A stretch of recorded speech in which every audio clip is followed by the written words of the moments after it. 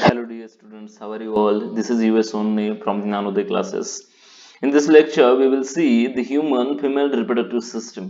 In the last video lecture, we have seen the human male reproductive system. Likewise, in this lecture, we will see human female reproductive system.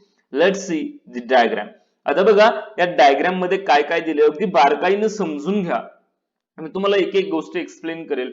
हा तुम्हाला एक माणसाची body वाटते, त्याच्यानंतर हे त्याचे हात आहेत की काय, हे हात आहेत की काय आणि हाताला काय आलंय असं काहीतरी दिसत असेल, पण हे असं काहीच नाहीये. नीट समजून घ्या मी काय सांगतोय ते बरं.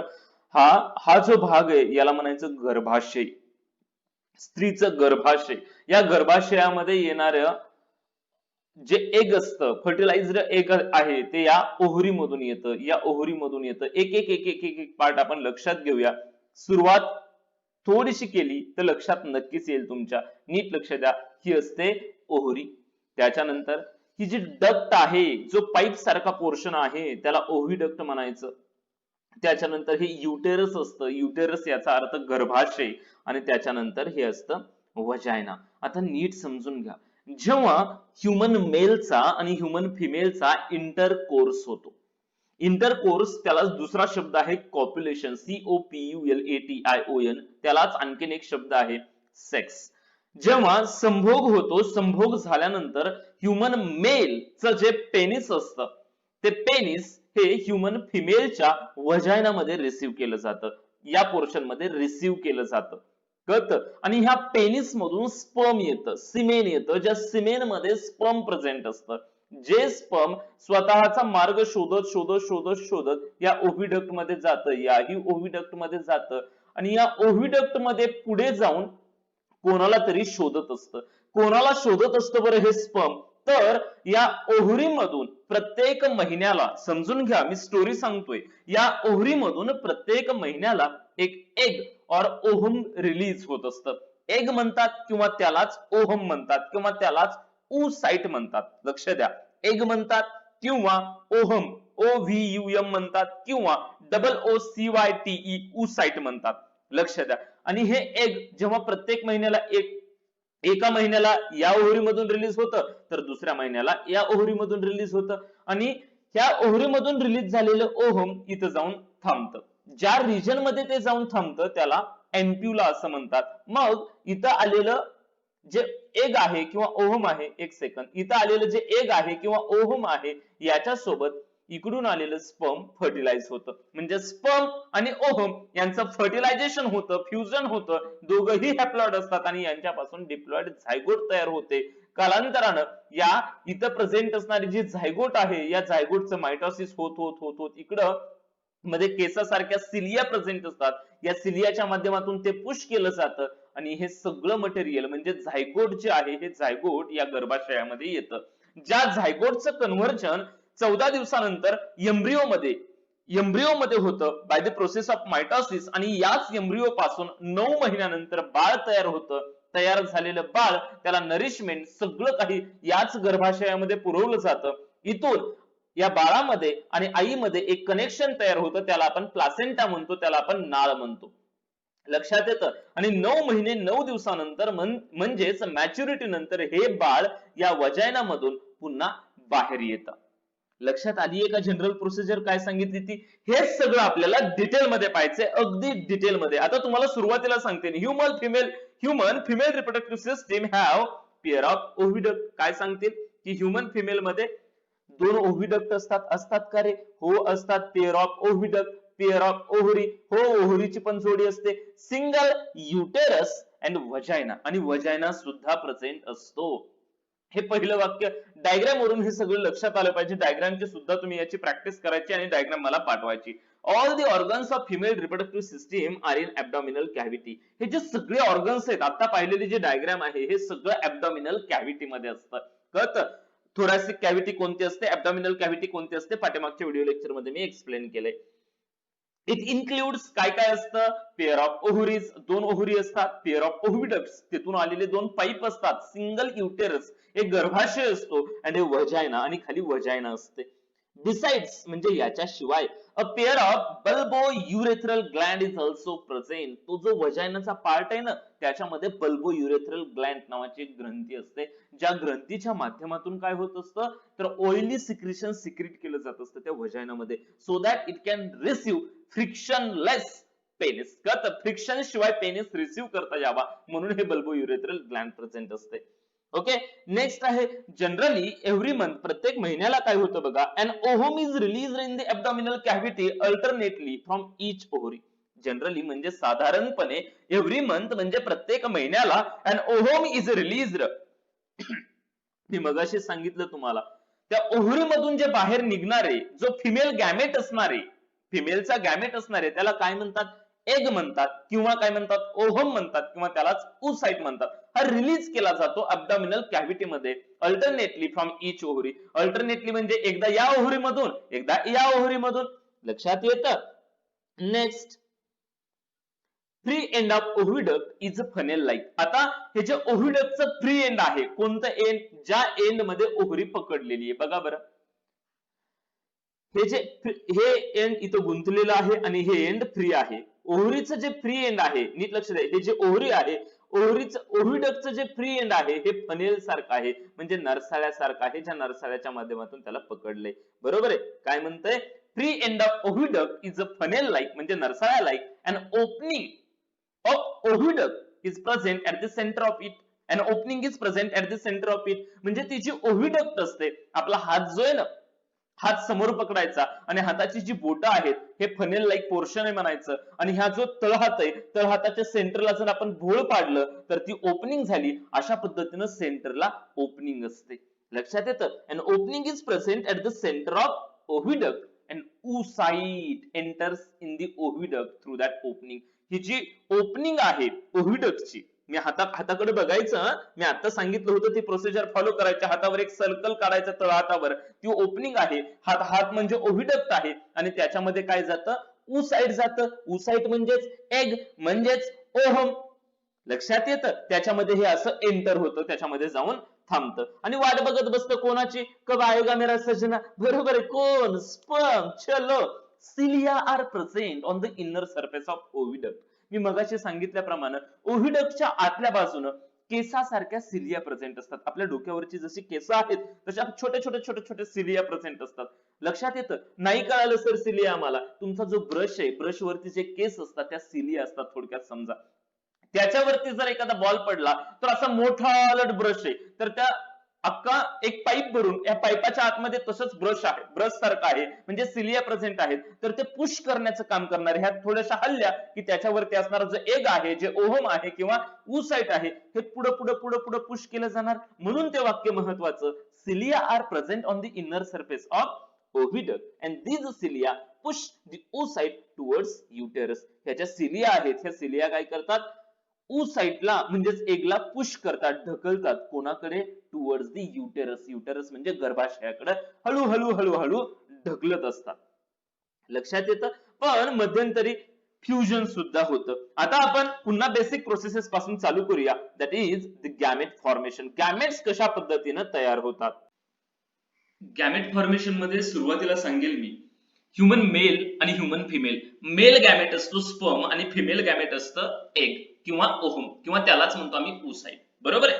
आता हे जे ह्युमन मेल गॅमेट असतो स्पर्म, हा स्पर्म कुठे तयार होतो, तर स्पर्म हे नेहमी टेस्टिस मध्ये तयार होतं. जेव्हा पुरुष वयामध्ये येतो, अप टू द डेथ म्हणजे मरेपर्यंत हे स्पर्म तयार होत असतं. टेस्टिस मध्ये स्पर्म तयार होतं. टेस्टिस मध्ये सेमिनिफेरस ट्युब्यूल मध्ये हे स्पर्म तयार होतं, आपण पाहिलं. हे जे स्पर्म तयार होतं हे by the process of meiosis न तयार होत असतं. लक्षात ठेवायचं. कळतं. तर फिमेलच्या बाबतीत काय होतं, हे जे एग आहे किंवा ओव्हम आहे हे ओव्हरीमध्ये तयार होतं. हे सुद्धा by the process of meiosis तयार होत असतं. मग जे एग आहे किंवा ओव्हम आहे किंवा oocyte आहे हे कुठं तयार होतं, ओव्हरीमध्ये तयार होतं. ओव्हरीमध्ये प्रेझेंट असणाऱ्या ज्या ग्राफियन फॉलिकल्स असतात त्यांचं मियोसिस होऊन हे तयार होत असतं. तेच तर आपल्याला डिटेलमध्ये पाहायचंय. चलो, both the gametes, that is the sperm and ovum, are formed by the process of meiosis. दोन्ही गॅमेट meiosis नच तयार होतात. These sperms are produced in the testes of men from the beginning of maturation till the death. म्हणजे जेव्हा पुरुष mature होतो, puberty येते म्हणजे वयात येतो, प्युबर्टी या शब्दाचा अर्थ वयात येणे, जेव्हा पुरुष वयात येतो तेव्हापासून ते मरेपर्यंत त्याचं जे स्पर्म आहे ते टेस्टिस मध्ये तयार होत असतं. आणि however in case of women, स्त्रियांच्या बाबतीत मात्र काय असतं, at the time of birth, जेव्हा स्त्री जन्माला येते, नीट लक्ष द्या बरं, जेव्हा मुलगी, लहान बाळ, मुलगी जेव्हा जन्माला येते तेव्हा there R 2 to 4 million immature oocytes in the ovary of female fetus. नीट लक्ष द्या बरं, जेव्हा स्त्रीचा गर्भ असतो का नाही, स्त्रीच्या गर्भामध्ये जेव्हा नुकतंच नवजात शिशु जन्माला येणार असतं बाळ, तेव्हा त्याच्यामध्ये 2 ते 4 मिलियन, मिलियन म्हणजे काय हो, 1 मिलियन म्हणजे 10 लाख, 2 ते 4 मिलियन म्हणजे 2 लाख, सॉरी 20 लाख ते 40 लाख एवढ्या पण इमॅच्युअर अशा ओसाइट्स म्हणजे एग किंवा ओहम म्हणू आपण, त्या फिमेल मध्ये प्रेझेंट असतात, तिच्या गर्भामध्ये, लहान बाळाच्या गर्भामध्ये पण स्त्री जातीच्या गर्भामध्ये प्रेझेंट असतात. पण हळूहळू काय होतं बघा, अँड ओसाइट मॅच्युअर्स, ते जे ओसाइट आहे, जशी जशी स्त्री मोठी होत असते तसं तसं ते ओसाइट मॅच्युअर होत असतं, ते एग मॅच्युअर होत असतं, and is release from ovary every month, आणि ते त्या ओव्हरी मधून रिलीज होत असतं प्रत्येक महिन्याला, from the beginning of maturity up to the age of menopause, approximately 45 years of age. लक्ष द्या, जेव्हा स्त्री वयामध्ये येते, जेव्हा मुलगी वयामध्ये येते, तेव्हा त्याला म्हणायचं मेनार्च. लक्षात ठेवायचं, लिहून ठेवायचं बाजूला, MENARCHE, मेनार्च. मेनार्च म्हणजे मेनार्क म्हणतो आपण, मेनार्क म्हणजे मुलगी वयात येणे. मेनापॉज, MENOPAUSE, मेनापॉज म्हणजे असं वय ज्या वयामध्ये मुलीला मासिक पाळी येणं थांबतं. आणि मुलगी वयात येणं म्हणजे काय, मेनार्क म्हणजे काय, जेव्हा मुलीला मासिक पाळी यायला चालू होते. मग हे जे 2 ते 4 मिलियन असे इमॅच्युअर oocytes असतात, जेव्हा लहान मुलगी असते, जेव्हा ती वयात येते तेव्हा ते मॅच्युअर होतात, आणि हे प्रत्येक oocyte जे आहे एका एका ओव्हरी मधून प्रत्येक महिन्याला रिलीज होतं. तर वयात कधी येते म्हणजे मेनार्कचं वय काय असतं, तर 11 ते 13 वर्ष वय असतं मुलींमध्ये. आणि मेनापॉजचं वय काय असतं म्हणजे मासिक पाळी थांबण्याचं, पॉज होण्याचं वय काय असतं, तर 45 इयर्स म्हणजे 45 वर्ष एवढं वय असतं. लक्षात ठेवायचं. नेक्स्ट, मेनापॉज कशाला म्हणायचं, आता खाली सांगितल्याप्रमाणे menopause is the stoppage of functioning of female reproductive system. Menopause म्हणजे असं वय ज्यावेळी स्त्रीचं मासिक पाळी येणं थांबतं, ज्या वयात फिमेलची रिप्रोडक्टिव्ह सिस्टीम काम करणं बंद करते, तिथून पुढे स्त्री गर्भवती राहू शकत नाही, त्या वयाला म्हणायचं menopause. Okay, and at the age of about 45 to 50 years, 45 ते 50 वर्ष वयामध्ये, secretion of hormones controlling the function of female reproductive system either stops or becomes irregular. This causes the menopause. स्त्रियांमध्ये असं का होत असतं, त्यांचं गर्भवती राहण्याची किंवा मासिक पाळी त्यांची का बंद होत असते, कारण की ज्या हार्मोन्सच्या माध्यमातून हे सगळं चालू असतं, त्यांना मासिक पाळी येणं, ते हार्मोन रिलीज होणं, प्रेग्नंट राहणं, हे जे हार्मोन्सच्या माध्यमातून चालू असतं, ते हार्मोन्स सिक्रेट होणं बंद होतं, आणि एकदा का हार्मोन्स सिक्रेट व्हायचे बंद झाले की मासिक पाळी बंद होते, यालाच तर म्हणतो आम्ही मेनोपॉज. लक्षात येतं बाळांनो. नेक्स्ट आहे फर्टिलायझेशन. लक्ष द्या, गॅमेट फॉर्मेशन पहिली स्टेप शिकलो, दुसरी स्टेप शिकूया फर्टिलायझेशन कशाला म्हणायचं. Fusion of male and female gamete means the formation of zygote. Zygote तयार होणं, पण बाय कसं, by union of sperm and ovum is called fertilisation. म्हणजे ह्युमन मेलचं स्पर्म असेल आणि फिमेलचं ओव्हम असेल, यांचं फ्युजन होतं, एकत्र येतात आणि झायगोट तयार होतो. कुठं होतं, कसं होतं हे fertilisation is internally in humans. Human बिंगच्या बाबतीत, माणसाच्या बाबतीत फर्टिलायझेशन हे शरीराच्या बाहेर होतं. जर फर्टिलायझेशन शरीराच्या बाहेर होत असेल, काही जणांच्या बाबतीत होतं ते, तर त्याला एक्सटर्नल फर्टिलायझेशन म्हणतात. लक्षात ठेवा. बघा, the semen is ejaculated in the vagina during the copulation. कसं फर्टिलायझेशन होतं ते सांगायला लागले आपल्याला. जे सिमेन आहे, सिमेन कशाला म्हणायचो, जेव्हा टेस्टिस मध्ये तयार झालेलं स्पर्म जेव्हा पास होत होत होत त्याच्यामध्ये सेमिनल फ्लुइड मिक्स होतं, त्याच्यामध्ये प्रोस्टेट ग्लँडचं फ्लुइड मिक्स होतं, त्याच्यामध्ये काउपर्स ग्लँडचं फ्लुइड मिक्स होतं, आणि ह्या स्पर्म मध्ये जेव्हा ह्या 3 ग्लँडचं फ्लुइड मिक्स होतं, तेव्हा त्या सगळ्या मिश्रणाला काय म्हणायचं, सिमेन. आणि हे सिमेन युरिनोजेनायटल डक्ट मधून जेव्हा पास होत असतं, म्हणजे हे जे पेनिस आहे, पेनिस मधून पास होत असतं, काय होतं, सिमेन इज इजॅक्युलेटेड इन व्हजायना, हे व्हजायना मध्ये टाकलं जातं. व्हजायना कोणाच्या बॉडीचा पार्ट? स्त्रीच्या, बरोबर आहे की नाही? स्त्रीच्या बॉडीमध्ये इन्सर्ट केलं जातं ड्युरिंग दी कॉप्युलेशन. कॉप्युलेशन COPULATION, कॉप्युलेशन म्हणजे संभोग, त्यालाच आपण म्हणतो सेक्स. सेक्स करत असताना जेव्हा हे सिमेन फिमेलच्या व्हजायनामध्ये जातं, तेव्हा काय होतं बाळांनो? These sperms in the number of few millions start their journey by the root of vagina, then uterus and then oviduct. हे जे स्पर्म आहे, हे स्पर्म काय करतं? अगदी जेव्हा मेल मधून फिमेल मध्ये पास होत असतं, ते फ्यू मिलियन्सच्या स्वरूपात असतं, म्हणजे काही मिलियनच्या संख्येत असतं. 3 ते 4 मिलियन म्हणजे अगदी 30-40 लाख स्पर्म असतात. आणि हे कुठून त्यांचा मार्ग चालू होतो? व्हजायना मधून युटेरस कडे जातात आणि युटेरस कडून ते ओव्हिडक्ट कडे जातात. आणि one of those few million sperms, त्या काही मिलियन स्पर्म मधलं जे एक स्पर्म आहे ते काय करतं?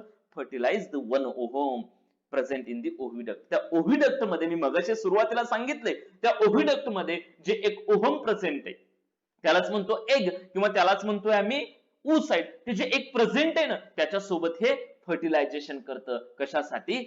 झायगोट तयार करण्यासाठी. लक्षात येतंय बाळांनो? आता हे जे स्पर्म आहे, बरेचसे स्पर्म ह्या ओव्हम पर्यंत आलेत, पण हे सगळे सक्सेस नाही झाले. त्याच्यातलं एखादं स्पर्म आहे, इथं बघा, ते काय झालं, त्याच्यामध्ये इन्सर्ट झालं, मध्ये गेलं आणि फर्टिलायझेशन घडवून आणलं. हे झालं फिमेल रिप्रोडक्टिव्ह सिस्टीमच्या बाबतीत. आता पुढचा पॉइंट बघा, from the age of puberty. Puberty म्हणजे वयात येणे, त्यालाच म्हणायचं menarche. Up to the age of menopause, म्हणजेच from 10 to 17 years of age up to the 45 to 50 years. 10 ते 17 वर्ष वयामध्ये कधीही मेनार्क होऊ शकतं, प्युबर्टी येऊ शकते, आणि 45 ते 50 वयामध्ये मेनोपॉज होऊ शकतो. And ovum is released every month from the ovary. प्रत्येक महिन्याला, प्रत्येक 28 दिवसांची एक सायकल असते, आणि ह्या प्रत्येक सायकल मध्ये एकदा ओव्हम रिलीजच केला जातो. कसा रिलीज केला जातो, काय सायकल आहे, आपल्याला पुढच्या व्हिडिओ लेक्चर मध्ये ते शिकायचंय. Approximately 400 oocytes are released up to the age of menopause. स्त्रीचं जे संपूर्ण आयुष्य असतं, त्या संपूर्ण आयुष्यामध्ये जवळपास 400 oocytes रिलीज केले जातात. 400 एग रिलीज केले जातात. सर तुम्ही कसं काय कॅल्क्युलेट केलं बरं, सांगा बरं, हे कसं काय कॅल्क्युलेशन आलं? तर बघा ना, कन्सिडर करूया आपण, हा जो 10 ते 13 वर्षाचा काळ आहे, 10 ते 17 वर्षाचा काळ, आपण जर अवरेज पकडलं, 13व्या वर्षी मुलीला प्युबर्टी आली, 13व्या वर्षी मुलगी वयात आली, आणि तिचं 45व्या वर्षी मेनोपॉज झालं, म्हणजे हा जो 45 वजा 13 हा जो काळ आहे, हा 32 वर्षाचा काळ आहे. बघा तुम्ही पकडा 32 वर्षाचा काळ. 32 वर्ष हे वयाचे राहणार आहेत, मासिक पाळीचे राहणार आहेत, बरोबर आहे. मग एक मासिक पाळी किती दिवसाची असते? तर 28 दिवसाची असते. एका वर्षामध्ये किती मासिक पाळी होणार? 12 महिन्यामध्ये 13 मासिक पाळी होणार. मग 32 वर्षामध्ये किती मासिक पाळी होणार? बघा बरं, 32 गुणिले 13 करून, 32 गुणिले 13 करून, 32 गुणिले 13 येईल 416, 416 येईल. बघा कॅल्क्युलेशन करून. आणि हे जे 416 आहे, म्हणजेच काय, 416 टाइम्स मासिक पाळी आली, 416 टाइम्स मासिक पाळी आली, याचा अर्थ 416 टाइम्स एग रिलीज केलं. म्हणजे नियर अबाउट, अप्रॉक्सिमेटली, अंदाजे किती? 400 वेळा oocyte रिलीज केलं जातं. लक्षात ठेवा. हे तुम्हाला माहितीये का? खाली एक इंटरेस्टिंग गोष्ट सांगितली, जे स्पर्म असतं, स्पर्म मध्ये जो हॅप्लॉइड गॅमेट असतो, एक तर तो कसा असणार आहे, 22+X क्रोमोझोम असेल, किंवा 22+Y क्रोमोझोम असेल.